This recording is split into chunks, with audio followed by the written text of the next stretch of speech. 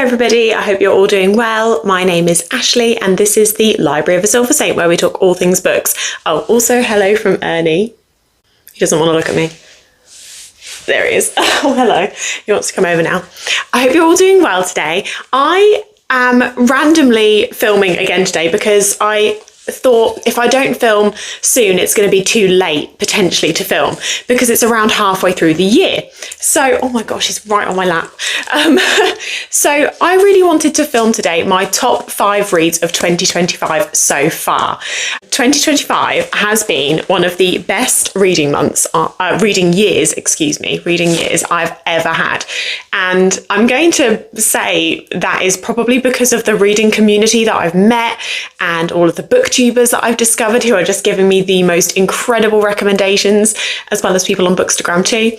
And anyway, I just wanted to share my top 5 reads so far this year. I've really found my reading. I've really discovered who I am as a reader, what I really like in books. I don't just like one genre, but predominantly anything kind of epic fantasy, grimdark, historical. Love that. And I've really discovered that. Also sci-fi. And I've really sort of been leaning into that this year, and I've really been enjoying leaning into that this year and discovering so many more books. Sorry, and he's just sniffing you. So yes, I wanted to talk to you about those today before it kind of gets too late in the year, because I will do my top reads of my second half of the year as well. But yeah, so that's what we're doing today. Also, I'm just going to take an opportunity to showcase off my new mug that my incredible friend got me for my birthday. I don't know if you can see that. Take this coin to market and buy me a fuck to give. Excuse me, sorry for the swearing, but it's from Empire of the Vampire. Incredible. Thank you so much to my friend who got me this. I'm so grateful. You know me so well. That is biscuit tea fresh out of the kettle. Nearly burned my lips, Ernie. Yeah, it was bad. That was hot. Wow. Oh well, time to sip anyway. Sit down. There we go. He's on his blanket now. Anyway, so I'm going to go through my top 5 reads of 2025 so far. But first, before I go on to the top 5, I do have to give some honourable mentions. Now, I could have mentioned loads of honourable mentions, but I decided, no, Ashley, you need to narrow it down because otherwise you're going to be waffling. So I've narrowed it down. I'm just going to talk about these really briefly. Oh, did I stop touching you for like a second? I need to do these. Right. My first honourable mention is going to be The Exile by Ryan Cahill, which is a novella that takes place in the Bound and the Broken series by him. This novella comes in, I think this is the second novella, so it comes after Of Darkness and Light, which is book 2. It's so small, but my goodness, it packs a punch. There is so much action in here. There is so much emotion in here. If you don't know about the Bound and the Broken series, it's kind of a very, I don't like to compare it, but I think just to give you the overall vibe, it's a more grimdark, epic, adult, Eragon-ish tale, but it really comes into itself. The first book is very reminiscent of Eragon, but then it really comes into itself. Dwarves, elves, dragons, dragon riders. It's just phenomenal. It's all the vibes we want. Incredible characters, humour, emotion, tears, destruction of my soul and my emotions, all of the above. It's fantastic. I love it. And I can't wait to read Of Empires and Dust, his most recent release. But anyway, this is one of the novellas and it is based around one of the characters called Dane. And I just love it. Dane's story is so heartbreaking, but so interesting and so gripping. And there's also another character in this, which is one of my favourite female characters of all time. Her name is Belina. She is in this series, Belina Luna. And she is just incredible. She's badass, she's fiery, she's funny, she's fiercely loyal. I love her to pieces, and her and Dane in this book and their relationship is just fantastic. So 5 stars. I loved it. And for the fact that it packed all of that into a novella, amazing. I need to shorten these. My second honourable mention, sorry about the shine, is Teeth of God, which is the graphic novel by Sleep Token. Of course it had to be on here. I have mentioned it before on this channel. I'm just going to choose a completely random page. If you don't wish to have spoilers, then please look away. 3, 2, 1. Look at those illustrations. It's just amazing. This is, I'm not going to tell you what's in it because spoilers. If you are a Sleep Token fan, a fan of the band, then you may already know, but I don't want to give any spoilers, but This is one of the, I've only read a few graphic novels, but this is one of them, and it just blew my mind. It was just absolutely incredible. The artwork is incredible. The concepts are incredible. And basically this is to do with the sort of lore and the origins of the band. I won't go into it, as I say, because of spoilers, but I finished this book with more questions than answers, but I'm not mad about it. It really, amazing. It's amazing. I did sort of go through it like, what's going on? What's going on? What's happening? There was a lot of that. What's happening? But in the best way possible. If you're a Sleep Token fan, yes. And if not, it's just beautiful. My final honourable mention is The Illuminae Files by Amy Kaufman and Jay Kristoff. This was a reread for me. I did this on Audible. The audio has a full cast. I'm not going to go into it because I've spoken about it so many times before, but a YA sci-fi saga that is just hilarious, heartbreaking, involves a huge conspiracy in space that's going on with a lot of politics, but you also have a character that is an AI, and he's questionable. He's morally questionable, and that's what I love about this, because you ask a lot of moral questions. It makes you think through a lot of things and how you would react to a scenario, what you would do in a certain scenario and things like that. The AI in this, Aiden, he is just so complex and so interesting. I love it. The Illuminae Files. I need to stop taking my time. Now, I can't remember what order I put these in on my notes, so I'm just having a little look, but these are now my top 5 reads so far of 2025. And I'm going to try not to rush too much, but also I do this a lot. So my number 5, I would say, I'm going to say that they are in order. They are in order in terms of impact, but equally, these are my top 5, so they're all infinity amazing. Number 5 is A Time of Courage, which is book 3 in the Of Blood and Bone saga by John Gwynne. I recently buddy read this with my friend Liam, the Scottish guy that reads on Instagram. This, if you've read the Faithful and the Fallen series by John Gwynne, an incredible series set in the Banished Lands, angels versus demons, gods, you've got giants, giant lizards, animal companions, a kind of medieval European world, the most amazing characters, the most heartbreaking events, just everything. And this is a follow-up series to The Faithful and the Fallen, and it just involves all of those aspects that made me fall in love with The Faithful and Fallen, what made me fall in love with John Gwynne's writing, what made me fall in love with the Banished Lands. You know, I'm wearing a necklace from John Gwynne, from John Gwynne's shop, that says truth and courage, because it's the motto, it's the saying, it's the belief in these books, you know, truth and courage, that if you have truth and courage, you can overcome all evil, you can overcome all bad. This is incredible. I would recommend not reading this first. Sorry, just need to reposition myself. I've seen a few people sort of talking about picking this up before reading The Faithful and the Fallen. I would highly recommend not to do that, because this is a follow-up, and I feel like this generally would spoil a lot of things that occur in The Faithful and the Fallen. But following on from The Faithful and the Fallen, in this series, the evil that was heavily involved in the first part of the series is not quite, they're not quite gone. They're still lingering in this world, and we follow new characters and some old ones as they continue to fight the battle against the evil in this, which is the Kardashim, which are a sort of demons from another world that have come into the physical world, and they are still lingering. So we follow people as they try to defeat the Kardashim.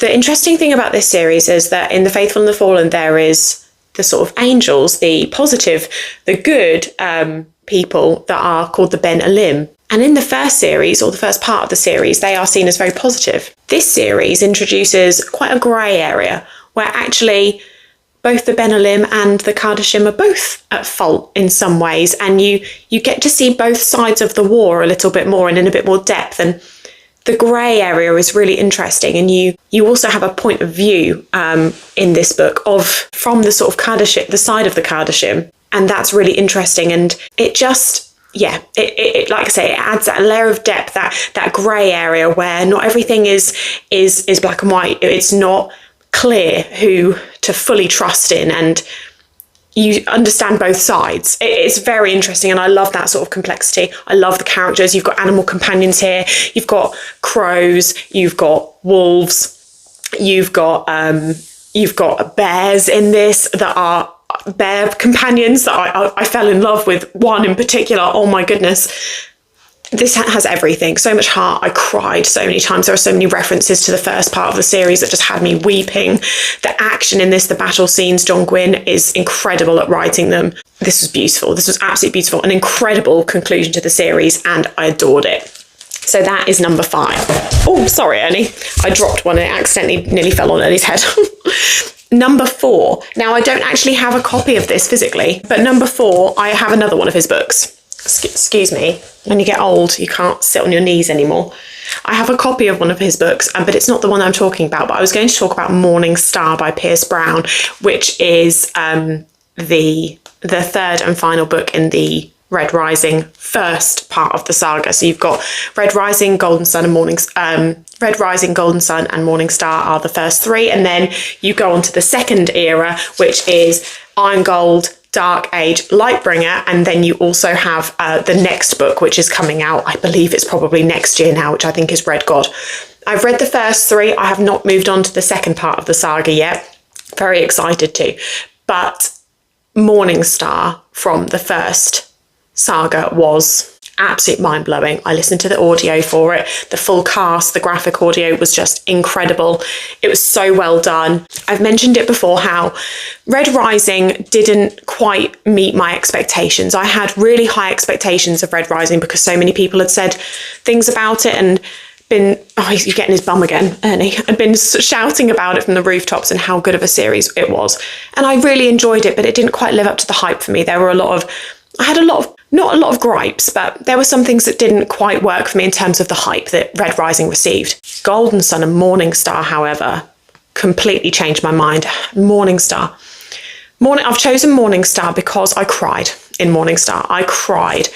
And that means a lot to me. I gained so much love for the characters and what they were going through and the choices they had to make and what they were fighting for and what they believed in. And Darrow, the main character initially, can be quite difficult to like, I think, but he really grew on me. And in this book, he says some of the most profound things. There's one quote in particular, I'll see if I can put it on the screen, but there's one quote in particular that just blew my mind. And it had me spiraling for about 40 minutes after I've listened to it. I had to pause it and keep going back. And for that reason, I think it's just really stuck out to me. It was an incredible ending to the series, or to the first part of the series. The space battles, the love, the heartbreak, the things that are uncovered. It was just absolutely mind-blowing. I'm sorry, I realise I haven't really given an overview.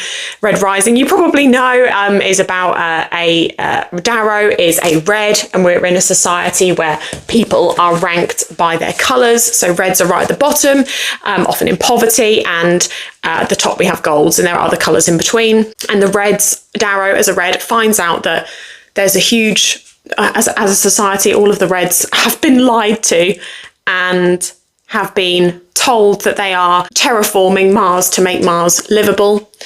And it turns out actually that Mars has already, he's literally sat on my lap, that Mars has already been habitable for a very long time, and the golds are living there quite comfortably. And then Darrow, after that, Darrow's world gets absolutely flung upside down, and so he goes undercover, transforms and infiltrates Gold Society to bring them down from within.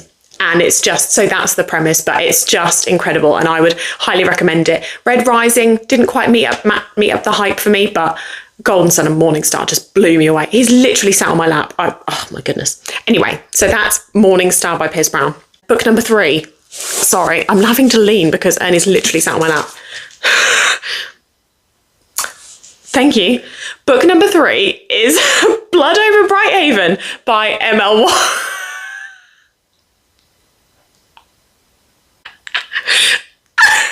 I'm sorry, I'm not cutting it out, I'm leaving it. We come as a package, me and Ernie. Book number 3 is Blood Over Brighthaven by Emma Wong. This is a standalone dark academia epic fantasy, and this is in a world called Tyrann, where our main character, Siona, is training to become a high mage. She wants to enter the high magistrates. And in this world, women are not high mages. You cannot be a woman and be a high mage, but she's incredibly intelligent and has worked so hard. And she wants to become a high mage. She wants to work in the academy to make the world better. The external world is being ravaged by an environmental phenomena known as the Blight, and it's extremely dangerous and it kills people. But in Tyrann, they are protected by this, and the high mages all work to protect Tyrann from this Blight. Siona then meets a man called Tomil, who is from outside of Tyrann, where the Blight exists. And these people are usually seen as savages and not good. And she unsuspectedly ends up working alongside him and discovers and they discover and uncover a lot of truths that are terrifying. This book talks about so many topics: gender inequality, racism, resources and how they are distributed. You've got sort of, as I say, just equality in so many ways, misogyny, education, so many things are discussed in this book. And I think, and it's quite heavy handed, Emma Wong goes for it. But I think personally for me, it's done so well. I thought this was beautiful. I cried. I devoured it in 2 days, reading it with Abby, Books and Three Cats. And it was incredible. And I will never stop thinking about it. And I can't wait to reread it. Also, look at this gorgeous edition by The Broken Binding. Stunning. Right, I need to get quickly to my last two. Number 2, this was really difficult for me to choose because I could have said all 3. Also, I've been stroking Ernie and he's just got, literally I'm covered in his fur. He's disgusting. I could have chosen all 3 of the books from the series, but it'll be no surprise to anybody. It'll be no surprise to anybody that I've chosen Words of Kings and Prophets, which is book 2 in the Galesong trilogy by Shauna Lawless. I've spoken about this so much recently, so there's literally fur flying around. It's disgusting. This is an incredible historical epic fantasy with also some real true historical events from 10th and 11th century Ireland. It's kind of very, very Nordic, Viking, reminiscent of The Last Kingdom. I've just released a video talking about it. Although I did forget to mention it in that video that I spoke about the fact that there are 2 main characters, 2 main POVs, females, Fola and Gormla. Fola is a descendant of a clan and she is a healer, so she has magical powers, so she's an immortal. And she's a kind, loving, caring, wonderful person. We then have Gormla, a fire mage. She's a Fomorian, and it's believed that the Fomorians have all died out, but they haven't because she exists. And she is ruthless and intelligent and cunning and scheming and seemingly doesn't care for anybody else. She just wants to move herself forward in society, in court politics, move her son forward. And so they are complete opposites to each other. But also historically, Fomorians and descendants are against each other. They are natural enemies. But both Gormla and Fola must hide the fact that they have these powers, and they are both on separate storylines, both navigating their way through society, through court politics, through the kingdom, to survive. And Gormla, for her to thrive and for her son to become the next king. Gormla is a queen. She was married to a king. The king passes away. She wishes for her son to become the next king. Her son Citric. In this world, in Ireland, in historical Ireland, in this story in particular, I would need to check on the actual history, but in historical Ireland, it would appear that just because you are the son of a king, it doesn't mean that you naturally inherit the throne. And so Gormla really wants her son Citric to be on the throne. And so, but then eventually their stories converge. This was beautifully written. The writing was stunning. It was so gripping. I've said it so many times that the pages just turned themselves. I just couldn't get enough of it. It was like Shauna laced these pages with some kind of drug. I could have inhaled it. It was stunning. So beautifully written, so gripping. There's so much drama, so much scheming, so much anger, so much fury, vengeance, but also heart and passion and love and care and honor. And I loved it. I absolutely loved it. There are also 3 novellas that go in between. Highly recommend. Love, love, love. Changed my life. Can't stop thinking about it. Won't stop thinking about it. Won't stop talking about it. So if you think I'm going to stop anytime soon, I'm not. Finally, number 1 for my top read of 2025 so far. Again, I have to say that I could just say the whole series, but I'm going to pick up this one in particular, The Last Argument of Kings, which is book 3 in the First Law trilogy by Joe Abercrombie. The series that made me a Glockter girly. The series that made me a huge fan of Logan Ninefingers, so much that he's my new crush, even though he's a barbarian. I can't. Bodies floating in the docks. This is so good. Click, tap, pain. If you haven't read this series and you have no idea what I'm talking about, go and read it. That's all I'm saying. Go and read it. Go and listen to the audio. Go and get the books. Get someone else to read it to you. Whatever you do, please read this series. It's incredible. Grimdark at its finest. A very corrupt political world where stories of quite a few different characters. You've got Glockter, an inquisitor who used to be a war hero and is now a cripple because he was tortured for 2 years. You've got Logan Ninefingers, a barbarian who's a bit of an outcast from the north. He's completely rugged and ragged from years of fighting and fighting for the wrong people as well. So you've got a very immoral side to him, yet he's wonderful and lovely at the same time, but also has a really nasty streak known as the Bloody Nine. You've got Jazaldan Luther, a very noble man who is insufferable initially and just thinks himself better than everybody, but he goes on a really interesting journey. You've got some female side characters, Pharaoh, who appears to be a woman that has absolutely been in the trenches because she has been tortured, she's been a slave, but she's badass and just seeking revenge. And then you've got a very strange wizard, mage man known as Baaz, first of the Magi, who brings all of these characters together and you don't know why, but as you go through, you find out why. And then in the end, in this book, your mind is blown. Gritty, dark, so many layers, the most incredible characters I've ever read. Really make me question my moral compass. These are not good characters. They're all highly flawed. And I mean like flawed, like there's not much good in them. But yeah, I adore them. I absolutely adore them. You see them through all of the good they have, but beneath their flaws. And I can't stop thinking about it. I'm still doing my buddy reread with Leanne amongst Chaos She Reads. We're currently rereading The Last Argument of Kings, hoping to also potentially be reading the next book, which is a standalone in the First Law world, which is Best Served Cold. So me and Leanne are hoping to do that also, hopefully with Jake from Nerd Level Rising. That would be really fun. But this series, I can't stop thinking about it. I've read the whole series pretty much twice within the space of 2 or 3 months. So it just goes to show. It's incredible. Fantastically written, hilarious, heartbreaking. The action, the politics. It's wild. It's wild. So well written. Incredible. I loved it. I'm not going to talk about it anymore. Anyway, that was my rapid, not so rapid, top 5 reads so far of 2025. And I'm so excited to see what I end up choosing in the second half of 2025. Any predictions? Put them below. Thank you so much for watching. I hope you all have a really lovely day. If you like this video, please do give it a like. I would greatly appreciate it. And if you would like to become a firm member of the chaotic Library of a Silver Saint, I would love to have you here. So please do hit that subscribe button if you would like. I'm not forcing you. But thank you again so much for watching. And please let me know what some of your top 5 reads are so far of 2025. I hope you have a lovely day and I'll see you again soon. Bye.